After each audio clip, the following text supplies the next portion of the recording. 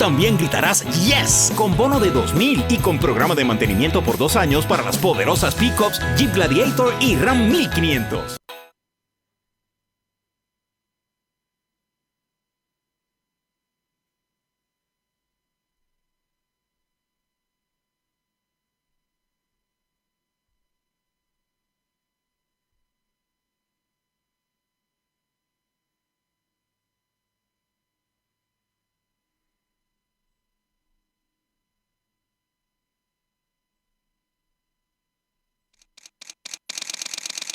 Bienvenidos a Bonita Radio. Esto no es un cuento, esta es la verdad. Bonita Radio está disponible en Facebook, Instagram, Twitter, Spotify, Google Podcast, YouTube, iVoox y iTunes. Agradecemos a nuestros auspiciadores.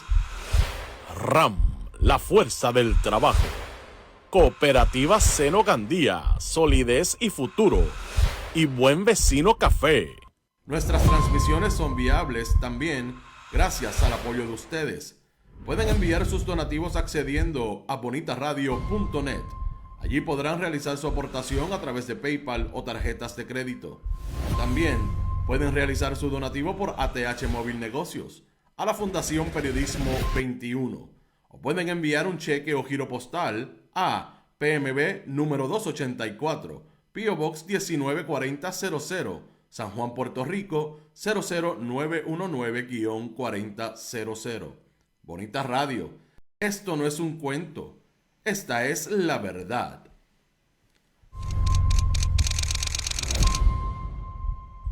Muy buenas tardes, amigos y amigas de Bonita Radio. Bienvenidos sean todos y todas a su programa deportivo Más de una Milla. Yo soy Rodrigo Otero Goico y estamos en vivo en el estudio Guiguito Otero en Guaynabo, Puerto Rico, para el mundo entero. Y es miércoles 11 de enero del año 2023.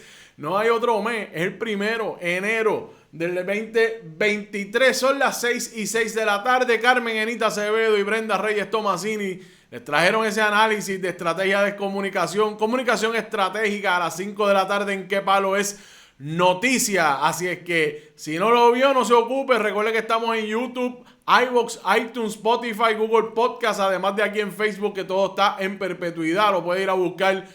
Todo lo que publicamos hoy, lo de ayer, lo de antier, lo de hace una semana, un mes, un año, usted lo busque y lo encuentra. También no se olviden que nosotros siempre estamos traídos a ustedes por RAM, la fuerza del trabajo. Voy a poner los logos de una vez. RAM, la fuerza del trabajo, por la cooperativa Seno Gandía y por Buen Vecino Café. Gracias a ellos siempre por sintonizarnos y gracias a ustedes por estar por ahí siempre conectados a Bonita Radio. Hoy vamos a hablar de béisbol, porque es que los temas no nos dejan salir de ahí, por lo menos entre ayer y hoy, ¿verdad? Vamos a hablar hoy de Carlos Correa. Finalmente filmó, se acabó la cosa, se acabó la novela, se acabó la saga, se queda en Minnesota. Vamos a hablar de todo eso. Vamos a hablar también de Sugar Díaz, Edwin Díaz. Hoy se ha publicado en medios deportivos alrededor de todo Estados Unidos que ha sido seleccionado el mejor relevista de las Grandes Ligas, boricua. También vamos a hablar de otro boricua y otro Carlos Beltrán. Y ahí nos vamos a quedar un rato hablando de el caso que tiene Carlos Beltrán para ir al Salón de la Fama. Y qué es lo que tenemos que ver, considerar, o sea, nosotros nada más, no, todas las personas que van a votar para su candidato, para ser exaltado o no. Este va a ser su primer año de elegibilidad, así es que vamos a hablar de todo lo que Carlos Beltrán tiene a favor y algunas cosas que puede tener en contra para poder llegar al Salón de la Fama. Y finalmente vamos a hablar de la jornada de ayer, de las semifinales de la Liga de Béisbol Profesional Roberto Clemente, donde los Cangrejeros de Santurce y los Indios Mayagüez tomaron ventaja en sus series semifinales ayer con sendas victorias. David Velázquez anda por ahí, buenas tardes. No hay mal que por bien no venga y a veces se gana dejando de ganar. Correa, dice Gladys Estel, gracias por eso.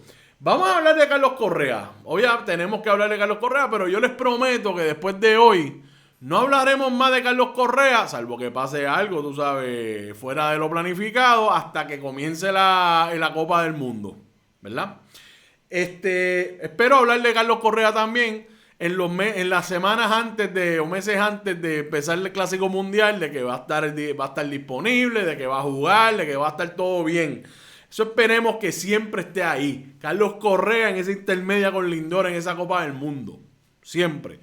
Vamos entonces a hablar de Carlos Correa, de la conclusión de la novela de la agencia libre de Carlos Correa. Ayer estuvimos hablando bastante del señor Correa, porque ayer se anunció el acuerdo que habían llegado los mellizos de Minnesota con el jugador por 6 años y $200 millones. Yo ayer aproveché para hacer una cronología, hacer un análisis de los contratos que tuvo en la mesa. Pero hoy la noticia es que se oficializó. O sea, pasó el examen físico y se firmó el contrato y los mellizos anunciaron formalmente a Carlos Correa como jugador que firmó con ellos por los próximos 6 años y los $200 millones. Yo lo que quiero es repasar con ustedes ese contrato y establecer bien. Ayer yo estuve escuchando el programa, el análisis que yo hice ayer. O sea, el análisis que hice ayer lo estuve escuchando, repasando en el día de hoy, precisamente para hablar de esto hoy. Y me parece que yo no quedé claro en algo. Y estoy hablando de la pérdida o ganancia de valor que tuvo Carlos Correa durante esta agencia libre, que fue en su mayoría fallida, porque sabemos que empezamos con el equipo de San Francisco, con los 350 millones y 13 años. Después eso se cayó y entonces nos movimos a los Mets con 315 millones de dólares y 12 años. Y entonces regresamos a los mellizos de Minnesota. Para repasar eso, el valor de Carlos Correa sin duda alguna se vio afectado. Y yo les voy a decir por qué. Carlos Correa tuvo en un momento dado en la mesa $285 millones por 10 años de precisamente los mellizos de Minnesota, y él lo rechazó. Ahora, hay que ser justo con esto. Esta oferta de los mellizos vino antes que la oferta de los gigantes, de 350 por 12 años. Carlos Correa había dejado claro de que él quería un contrato de largo, de muchos años y de tantos millones de dólares, en la vecindad de los 300 millones de dólares. Por lo tanto, lo que le ofrece el equipo de Minnesota de 285 millones y 10 años no cumplía una de esas dos, que era estar más cerca o por encima de los 300 millones de dólares. Y además vino otra oferta de San Francisco, que ya sabemos que existió 350 millones de dólares por 13 años. A mí me parece que basado en todo lo que ha ocurrido, Carlos Correa salió perfectamente bien. No tanto por el dinero, está bien. Son 27 millones de pesos. Eso es lo que él iba a ganarse en cualquiera de los dos otros contratos que tuvo disponible, con excepción de esos 285 y 10 años que Minnesota lo había ofrecido antes. 27 millones de dólares anuales. Va a coger 36 millones en los primeros 3 años. Después va a bajar a 34, 32 y 30 sucesivamente hasta cumplir los 6 años. O sea que va a ser 36 millones en los primeros 3 años y después va bajando paulatinamente hasta el sexto. Y después va a tener la opción de añadir 4 años más por 70 millones de dólares y el contrato totalizaría 270 millones de dólares. Ahora, ahí no hay más nada que buscar. Él tuvo un contrato en la mesa con Minnesota de 2.85 por 10 y terminó firmando por 2.70 y 10 potencialmente. 270 millones por 10 años. O sea que ahí hay una reducción de 4 años y 10 millones de dólares. O sea, perdón, de 10 millones de dólares, 15 millones de dólares en esa oferta. Así es que ciertamente esta espera le costó dinero. Cuando hablamos del total, del valor total de los contratos que ha tenido en la mesa, sin duda alguna bajó el valor, porque bajamos de 350 a 200, claro. Ahí tenemos que considerar los años. Y los 350 eran por 13, los 315 eran por 12. Estos 200 son por 6, que lo mantienen esa anualidad de 27 millones de dólares. Lo importante es que Carlos Correa va a jugar con el equipo de los mellizos de Minnesota y ya se acabó la temporada de agencia libre para él, que particularmente fue complicada. Repito, Carlos Correa, mientras más tiempo se mantenía en la agencia libre, peor era para él. A mí me parece que todo lo que ocurrió con él, con la preocupación de las lesiones, con la preocupación de los equipos por la lesión esa de la pierna, debo decir, porque eso fue exactamente lo que pasó, le estaba costando a él valor. Valor porque tan pronto el equipo de San Francisco dijo, no voy, todos los 30 equipos se enteraron que había un problema. En el caso de Minnesota, pues Minnesota tenía que tener un panorama muchísimo más claro de Carlos Correa y sus exámenes físicos porque él estuvo jugando ahí esta temporada pasada. Recuerden que él estaba ahí jugando por 3 años y 105 con la opción de salirse en cada uno de esos años y eso fue lo que decidió, salirse e ir a la agencia libre. Así que la agencia libre de Carlos Correa fue literalmente una montaña rusa de emociones y eso mismo dijo él en su publicación en las redes sociales, que los últimos días habían sido de muchas emociones, pero terminó diciendo, estoy de regreso para terminar lo que comenzamos. Así que Carlos Correa ya se puso su camisa y ya terminó lo que a mí me parece fue una muy complicada agencia libre. Muy complicada. Las opiniones de si salió bien o salió mal, yo repito, sale bien. Considerando todo lo que pasó, salió extraordinariamente bien. Coge sus 200 millones, que son, como dije, la anualidad, cuando lo saca en promedio son 27 anuales, se va a ganar 36 millones de dólares en los próximos 3 años garantizados. Esos 200 millones son garantizados.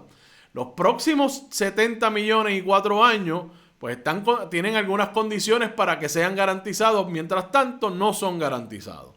Así es que Carlos Correa sí sale bien. Y lo importante, tiene 28 años. Los 6 años del contrato culminarán cuando él tenga 33, 34 años.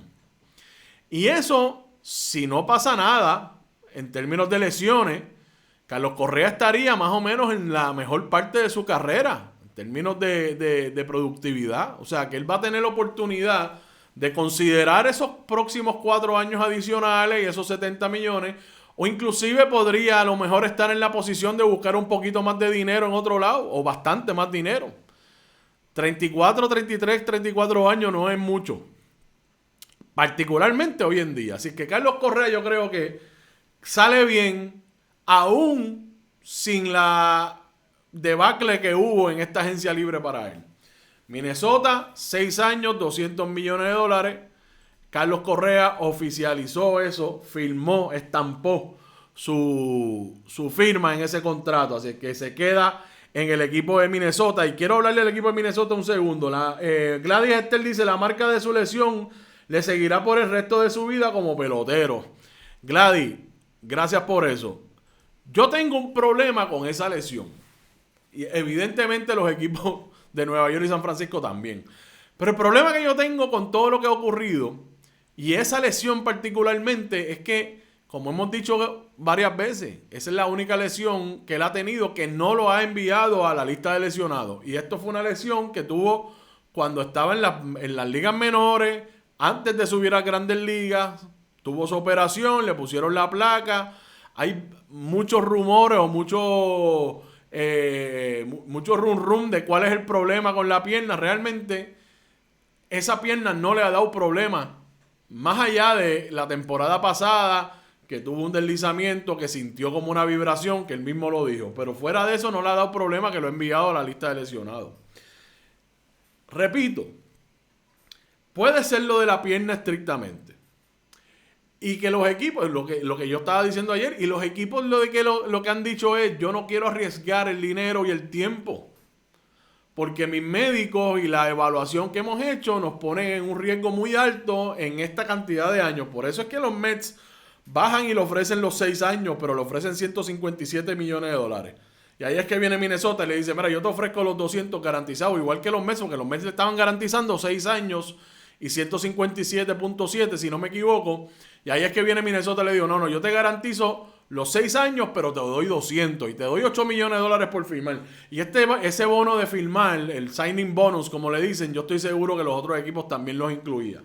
No estoy seguro, pero se estila. Pues dame un chanchito para firmar. Y pues eso es lo que cuadran. Esa es la idea. Rafael Ortiz dice, esa es la idea. Luego de los 6 años, si no sucede nada malo, vuelve y saca un buen dinero. Claro, o sea, yo creo que está bien. Además 6 años son buenísimos. Y más en esta era, en la era de los billetes, hay muchos chavos en la mesa todavía. Y el valor que tiene Carlos Correa a los 3 meses. Vamos a suponer algo. Supongamos que Carlos Correa, y toco madera, se lesione, tenga una lesión grave que pues no va a volver a ser el mismo. Supongamos en esos 6 años. Pero Carlos Correa tiene un valor más allá de lo que produce en el campo. Claro, siendo un jugador de cuadro, con la producción que tiene, pues tiene el valor que tiene, que vemos hoy, esos 27 millones anuales. Pero al terminar esos 6 años, Carlos Correa va a tener algún valor. En el peor de los casos, siempre va a tener un buen valor en el terreno. Sea para cualquier rol que tenga que tomar en cualquier equipo. Estamos hablando de que esto es un talento elite. Esto no es cualquier jugador, amigos y amigas. Y yo sé que las comparaciones son complicadas, pero esto no es cualquier jugador. Esto es un jugador elite. Esto es un jugador novato del año. Esto es un jugador que tiene un número de postemporada extraordinario. Esto es un jugador de 6'4", 220 libras que está en la intermedia haciendo cosas extraordinarias. Esto es un jugador que conoce muy bien el juego de béisbol, no tan solo en el terreno, sino fuera de él. Es un estratega en términos de asignarse los valores. Ha cambiado la perspectiva de los jugadores en cuanto a evaluar, a formular su valor o a establecer su valor en el mercado.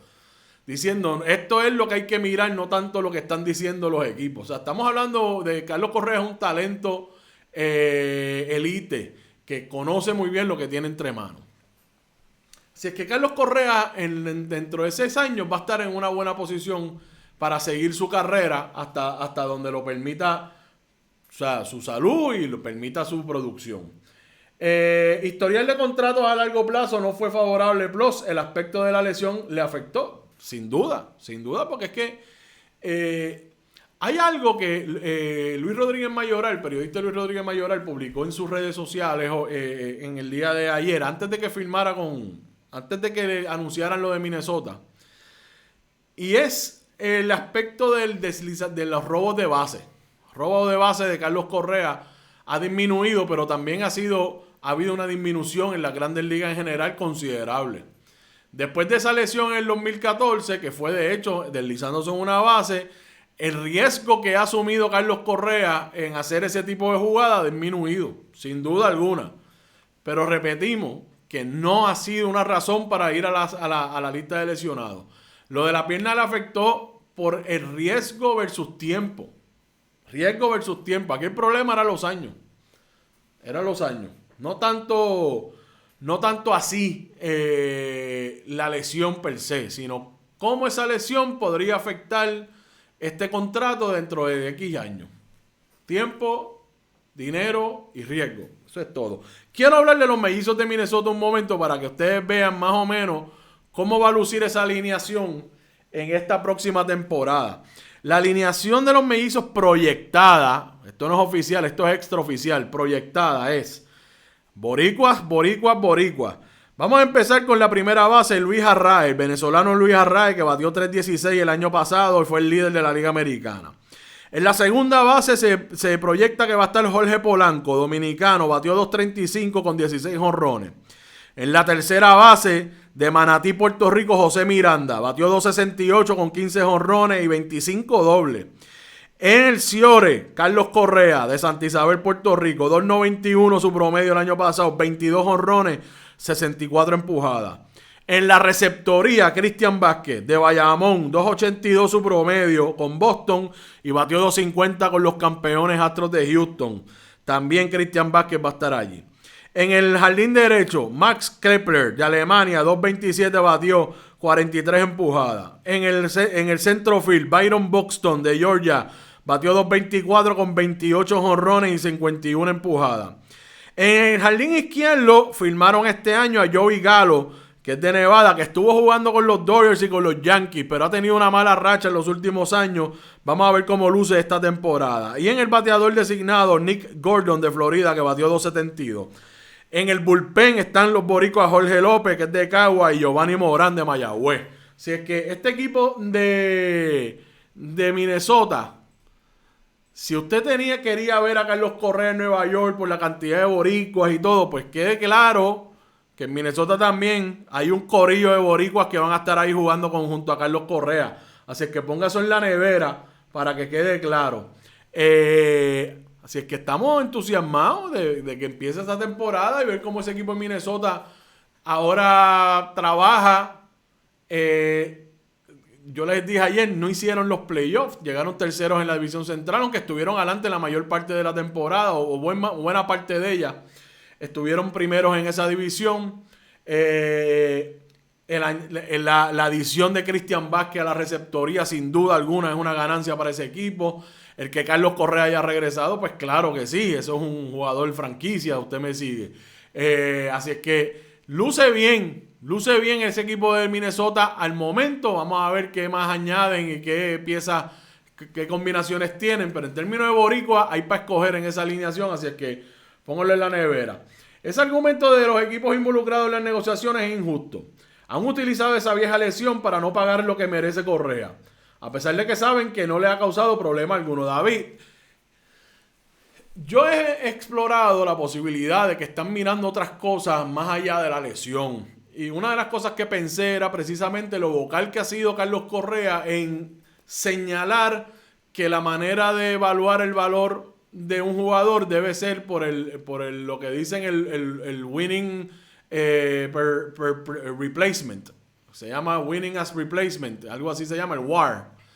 Y esa fórmula ha ido entrando a la psiquis de todos los jugadores de que esto es lo que mide realmente cuán productivo yo soy en el terreno. Porque esa estadística del WAR, WAR, lo que establece es cuánto es tu valor en cada una de las posiciones que hay en el juego. O sea, es una estadística bien detallada. Los equipos no es que no utilicen esa estadística, pero los equipos miran más lo que están buscando per se. Por ejemplo, hay un equipo en el mercado porque necesita un jardinero y están buscando exclusivamente un jardinero derecho o especialista en eso, ¿verdad? Y si no consiguen o no hay nada disponible que tenga la producción de lo que ellos necesitan, pues entonces se mueven a un jardinero en general. Después se mueven buscando así entre jugadores disponibles en las agencias libres, jugadores que están en los fincas de desarrollo, sucesivamente. Carlos Correa ha sido bien vocal en cómo el valor del jugador se debe evaluar. Y de hecho, lo han llevado a varias emisoras y estuvo cubriendo en la postemporada. Estuvo cubriendo con una de las cadenas grandes de televisión durante la postemporada, y en más de una ocasión le dijeron, explica cómo es que se debe medir el valor de un jugador basado en el WAR.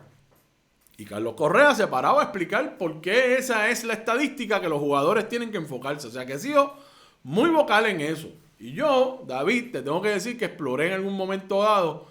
No será tanto la pierna y las lesiones, más allá de darle una lección. Claro que es posible. Pero al final, lo que me di cuenta, y yo creo que es evidente, es que no era que no le quisieran dar dinero. Es una cuestión de riesgo. Es una cuestión de cálculo, como se calculan los seguros y todo lo demás.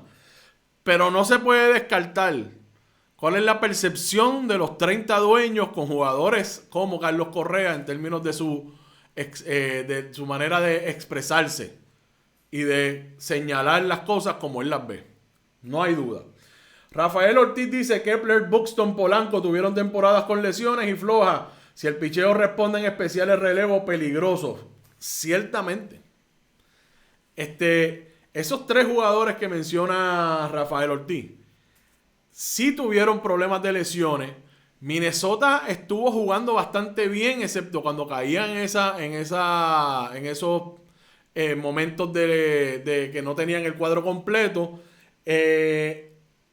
a mí me parece que en esa división central, que siempre se ha considerado la división más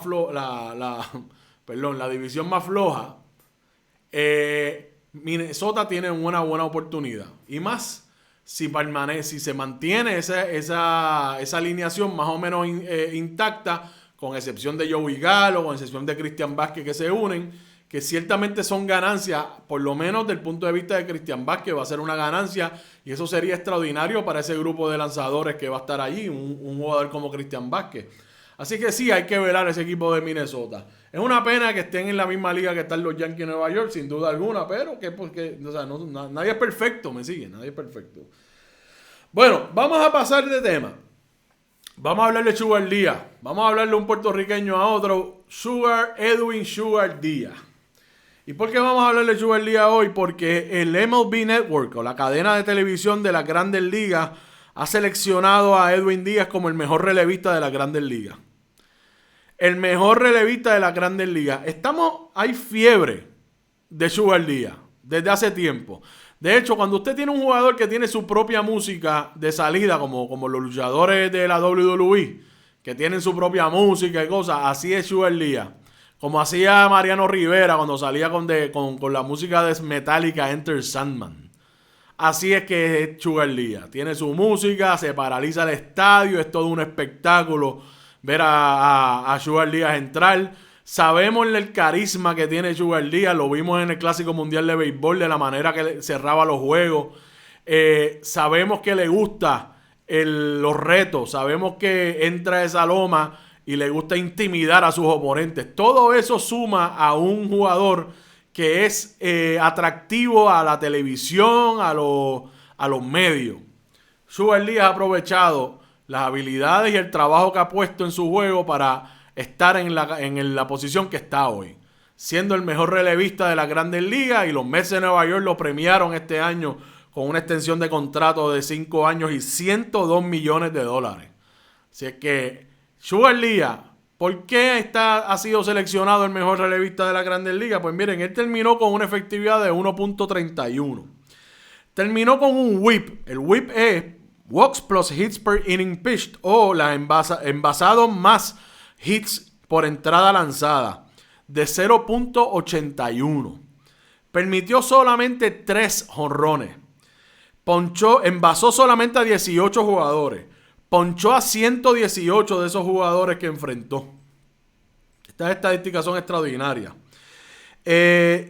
Tuvo 32 salvados. Eso fue bueno para llegar de octavo en la liga. Esta estadística es impresionante, la que les voy a decir ahora. Sugar Díaz ponchó al 50.2% de los bateadores que enfrentó. A más de la mitad de los bateadores que enfrentó, Sugar Díaz los ponchó. Obtuvo votos para el Cy Young y para el jugador más valioso de la Liga Nacional. Así es que con esos números es difícil argumentar cuál es el mejor relevista de las Grandes Ligas. Y es boricua. De aquí como el coquí, Edwin Sugar Díaz. El mejor relevista de las Grandes Ligas, según dijo Major League Baseball Network, MLB Network. Y la expectativa de Sugar Díaz esta temporada son altísimas. Ahí está esa extensión de contrato de 5 años y $102 millones. Estamos hablando de que se van a ganar más de $20 millones por año. El atractivo que hay con él en los medios, o sea, las cámaras le encantan a Sugar Díaz. A él le gusta la intimidación y sin duda alguna intimida a los bateadores que van a enfrentarlo en esos juegos para cerrarlo. Recuerda mucho a Mariano Rivera, particularmente por esa cara de seria que pone, de intimidador que pone en la loma, sin duda alguna. Yo estoy súper entusiasmado de verlo también pichar por Puerto Rico en el Clásico Mundial de Béisbol. Si tienes un punto de vista interesantísimo, de hecho, estoy leyendo lo que dice David Velázquez. Sí, tienes un punto de vista interesantísimo. De hecho, recuerdo lo que dijo de Derek Jeter con respecto a los guantes de oro y la fórmula estadística para determinar los ganadores de los mismos. Por otro lado, Sugar es el mejor. Y lo dijo ya Grandes Ligas. El mejor es él. Rafael Ortiz dice, caballete, el Sugar Díaz es lo que hay, bravura de Puerto Rico, sin duda alguna. No se olviden, amigos y amigas, que este programa es traído a ustedes por RAM, la fuerza del trabajo, por la cooperativa Seno Gandía, solidez y futuro, y por Buen Vecino Café. Gracias a ellos siempre por su auspicio, gracias a ustedes por estar ahí conmigo siempre. Sigan, compartan. Díganle a todo el mundo que aquí hay deporte y que aquí hay alguien hablando de deporte y haciendo el trabajo y dedicando el tiempo. Bonita Radio, vamos para adelante. Miren, vamos a hablarle de otro boricua. Ahora vamos a hablar de Carlos Beltrán. Estoy seguro que ustedes han podido ver en las últimas 24 horas que se han publicado algunos artículos o columnas sobre la posibilidad de que Carlos Beltrán entre al Salón de la Fama de Cooperstown. Yo quiero empezar diciendo que el Salón de la Fama de las Grandes Ligas es uno de los sitios más difíciles de entrar. Y además de ser exigentes en los números que tiene que presentar un jugador para que sea exaltado, pues también tiene los problemas que tiene que tenemos la sociedad de que estas decisiones son de seres humanos. Seres humanos con sus prejuicios y sus puntos de vista y manera de ver las cosas. Yo al día de hoy, aprovechando lo que David Velázquez dijo que mencionó el nombre de Derek Jeter, yo al día de hoy estoy sumamente interesado en conocer o saber quién fue la persona que decidió o que entendió que Derek Jeter no debía ser un Salón de la Fama en su primer turno. Porque Derek Jeter entró al Salón de la Fama con el 99% de los votos. Esa persona o esas dos personas que no votaron por Derek Jeter para el Salón de la Fama, yo quisiera que me explicaran por qué. ¿Cuál es la razón que usted tiene para decidir o establecer que Derek Jeter no merece estar en el Salón de la Fama en la primera? Yo quisiera. El único jugador que ha entrado con el 100% de los votos es Mariano Rivera. ¿Alguien podría argumentar que Mariano Rivera no debió haber estado en el Salón de la Fama? Pero ha sido el único. Hay otros jugadores que es bien difícil identificar la razón por la cual no entraron con el 100% de los votos. A lo que voy es que hay personas que entendieron o que entienden que Derek Jeter no debió haber entrado al Salón de la Fama en la primera.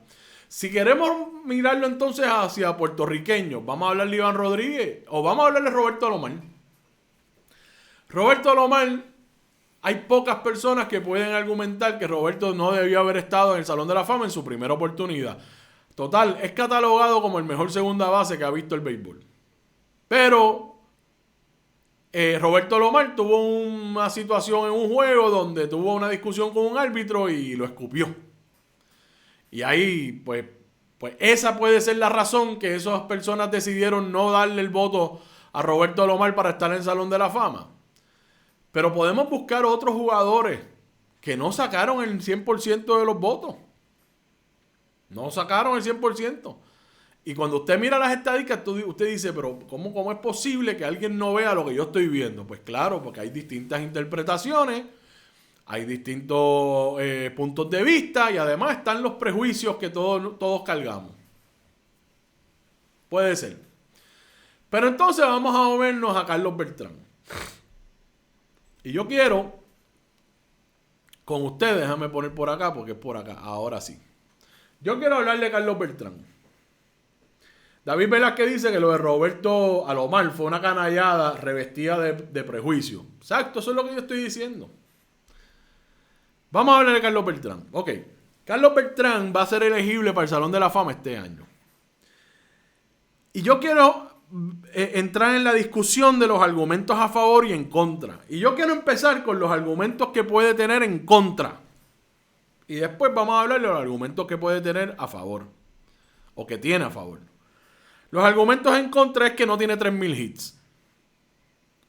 3,000 hits pueden ser iguales a un Salón de la Fama. O sea, usted patea 3,000 hits y usted no debería tener muchísimos contratiempos más allá de situaciones fuera del terreno que le cohiban a usted el Salón de la Fama. Él no tiene 3,000 hits, pero terminó con 2,725. Otro argumento que podría usted escuchar en la calle sobre ¿Por qué no debe estar en el Salón de la Fama Carlos Beltrán? Es que no tiene 500 jonrones, pero terminó con 435. Otro argumento que podría usted escuchar en la calle en una tertulia sobre si él debe estar o no en el Salón de la Fama es que no ganó ningún jugador más valioso. Lo más cercano que llegó fue en el 2006, llegó cuarto en la votación en la Liga Nacional. Y por último, el escándalo de las señales con los Astros de Houston. Estos son los 4 puntos y no encuentro otro que podrían darle razones a algún periodista, cronista deportivo a no votar por Carlos Beltrán para el Salón de la Fama este año. Ahora yo quiero hablar con ustedes de todo lo que tiene a su favor. Y yo quiero que ustedes escuchen esto bien. Cosa de que cuando ustedes se encuentren en una conversación como esta, ustedes puedan tener esta información a la mano. O por lo menos saber dónde buscarla. Carlos Beltrán, a su favor, tiene lo siguiente. Olvídese de los 3.000 hits. Vamos a olvidarnos de los 3.000 los 500 jonrones porque no los tiene. Tiene 2.725 hits y tiene 435 jonrones. Este señor pertenece a un club, a varios clubes super elite, ultra elites en las Grandes Ligas. Este señor tiene 1.500 carreras anotadas y 1.500 carreras empujadas en su carrera. 38 jugadores han logrado anotar 1.500 carreras o más y empujar 1.500 carreras también en su carrera. 38. 29 de esos 38 están en el Salón de la Fama, señoras y señores. 29 de esos 38 que han empujado y anotado 1.500 carreras o más están en el Salón de la Fama. ¿Ustedes saben cuáles son esos 9 jugadores que no están en el Salón de la Fama, que están en ese club? Además de Carlos Beltrán, Miguel Cabrera, Albert Pujols, que están activos todavía, y Adrián Beltré, que no son elegibles todavía para entrar al Salón de la Fama. Esos 3 están en ese club de 1.500 empujadas y anotadas, pero no están en el Salón de la Fama porque todavía no son elegibles. Los otros jugadores que están en ese club que no están en el Salón de la Fama son Alex Rodríguez, Manny Ramírez, Gary Sheffield, Barry Bonds y Rafael Palmeiro. Que nosotros ya sabemos por qué no están en el Salón de la Fama. Ahora, más allá de no estar en el Salón de la Fama, sabemos que en situaciones normales o fuera del escándalo de esteroides y la cosa, estarían en el Salón de la Fama. Otro dato, la pregunta que nos debemos hacer, es, ¿debe ser un Salón de la Fama, un jugador? Esta es la pregunta que yo creo que nos debemos hacer. Déjenme venir para acá. Y solamente he dado ese dato, el de las 1.500 carreras empujadas y anotadas. Preguntémonos lo siguiente.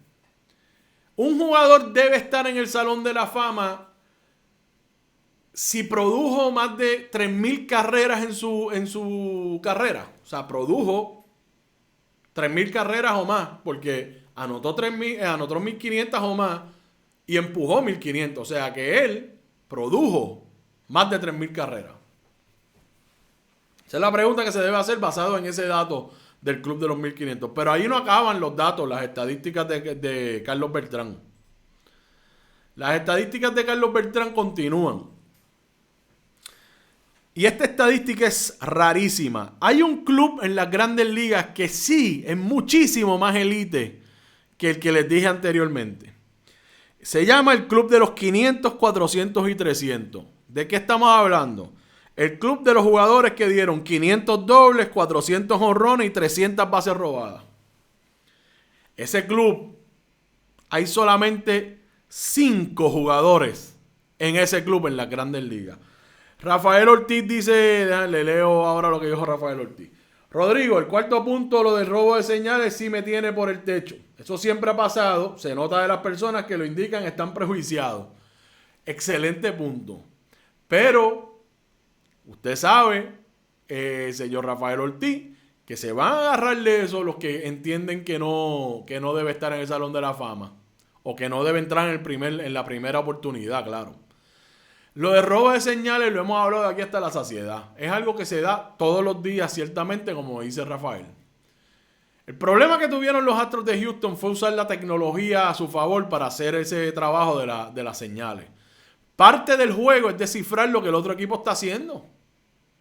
Ahora, usted no puede usar los equipos electrónicos y cosas, que eso fue lo que hizo Houston y a lo que se agarró las Grandes Ligas para tener el precedente de la regla, ¿verdad? Y enforzar la regla. Pero ciertamente se va a encontrar con ese argumento cuando discuta con alguien que diga que Carlos Beltrán no debe estar en el Salón de la Fama. Pero estoy de acuerdo con usted. Vamos a volver a las estadísticas, porque esta estadística que les acabo de decir sí que es bien rara.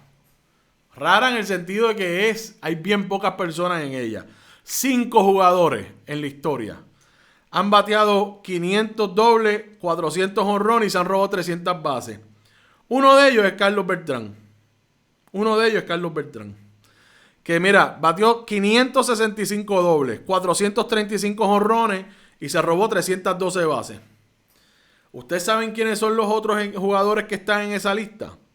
Alex Rodríguez, Barry Bonds, Andre Dawson, Willie Mays y el nuestro Carlos Beltrán. Apunten esa estadística por ahí. Apunten esos datos por ahí de Carlos Beltrán y que está en el club de los 500, 400 y 300. Vamos a seguir con otros argumentos a favor. Vamos a hablar de las bases robadas que ha tenido Carlos Beltrán en su carrera. Beltrán es el jugador con mejor % de éxito robando bases en la historia del béisbol. Desde el 1920 para acá, desde que se convirtió en Live Ball Era, desde que pusieron las reglas de que había que cambiar la bola cada vez que tuviera se ensuciara o algo, porque antes del 1920 era la misma bola en todo el juego. Inclusive si las bolas se iban de foul o de jonrón, la bola se devolvía al terreno y seguían jugando con la misma bola y los pitchers la ensuciaban, la escupían, le hacían hoyos, la iban maltratando hasta que tenían la ventaja. Eso en el 1920 cambió y eso se llama el Live Ball Era. Desde ese momento el juego se convirtió en uno muchísimo más ofensivo. Y usted sabe lo que pasó, por qué fue que se implementaron esas reglas en el béisbol en el 1920. Porque un jugador que estaba, Chapman de apellido, estaba bateando y la bola estaba tan y tan sucia que cuando el lanzador la zumbó, él no la vio nunca y nunca se movió y le dio en la cabeza y lo mató. Y la Grandes Ligas aprovechó ese momento para entonces implementar reglas a favor de los bateadores y quitarle esa ventaja que los lanzadores tenían. Por eso es que usted ve que el umpire tiene un montón de bolas puestas en su chaleco y las cambia cada vez que entienda necesario. Inclusive un jugador le dice cambia esa bola y se la cambia. Por eso se llama el Live Ball Era o Lively Ball Era, que empezó en el 1920. Pues desde el 1920 para acá, Carlos Beltrán es la persona que mejor % de bases robadas tiene en la historia. Y les voy a decir quiénes están en esa listita de jugadores en bases de promedio de bases robadas. El número 5 es Jared Dyson, con 84.44% de bases de éxito robándose bases en 266 oportunidades. El número 4 está activo, Trea Turner, 84.5% en 230 bases robadas. El número 3, Mike Trout, 84.6% en 204 intentos. Número 2, Tim Raines, 84.70% en 808 bases robadas. Eso es un tártaro robando bases. Y pues el número 1 en la historia es Carlos Beltrán con 86.43% en 312 bases robadas. ¿Les parece? Vamos bien hasta ahora en términos de las estadísticas y el argumento que tiene Carlos Beltrán para el Salón de la Fama. Porque voy a seguir. Los números en la postemporada. Números en postemporada de Carlos Beltrán. Tiene un promedio de 307. Estos son números de postemporada. un on-base percentage de 412, un slugging de 609, un OPS de 1.021. Ese número de 1.021 de on-base plus slugging, que eso es una estadística para calcular cuántas veces usted llega a la base cada vez que va al plato. Carlos Beltrán llegaba a una base más de, 1.021 veces cada vez que iba al plato. Eso era el valor de él en el bate. Está entre los 10 mejores jugadores en la historia en esa estadística. Y yo les voy a decir quiénes son esos 10 jugadores. Lou Gehrig, 1.214 su OPS. Está en el Salón de la Fama. Babe Ruth, 1.214, también en el Salón de la Fama. Randy Arozarena, de Tampa Bay, está activo, 1.121. Lenny Dykstra, 1.094, no está en el Salón de la Fama. Hank Greenberg, 1.044, está en el Salón de la Fama. Paul Molitor, 1.026, está en el Salón de la Fama.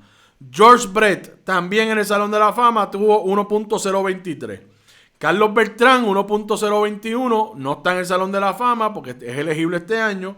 Albert Pujols, .995, está activo todavía. Y Eddie Martínez, .987, también está activo. Así es que esas son las estadísticas que tiene Carlos Beltrán para argumentar que debe estar en el Salón de la Fama del béisbol en Cooperstown.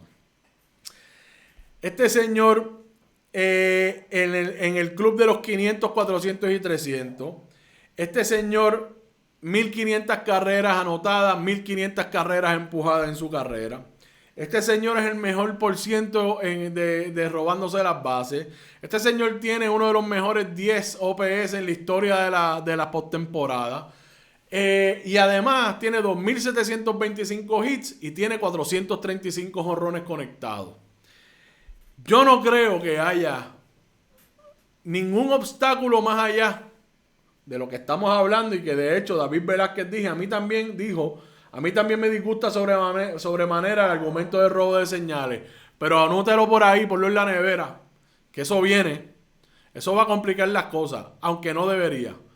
Carlos Beltrán tiene los números para estar en el Salón de la Fama y esperemos que sea el próximo puertorriqueño allí. Si es que ponga eso en la nevera. Bueno, antes de terminar, tenemos que repasar lo que pasó anoche en la Liga de Béisbol Profesional Roberto Clemente.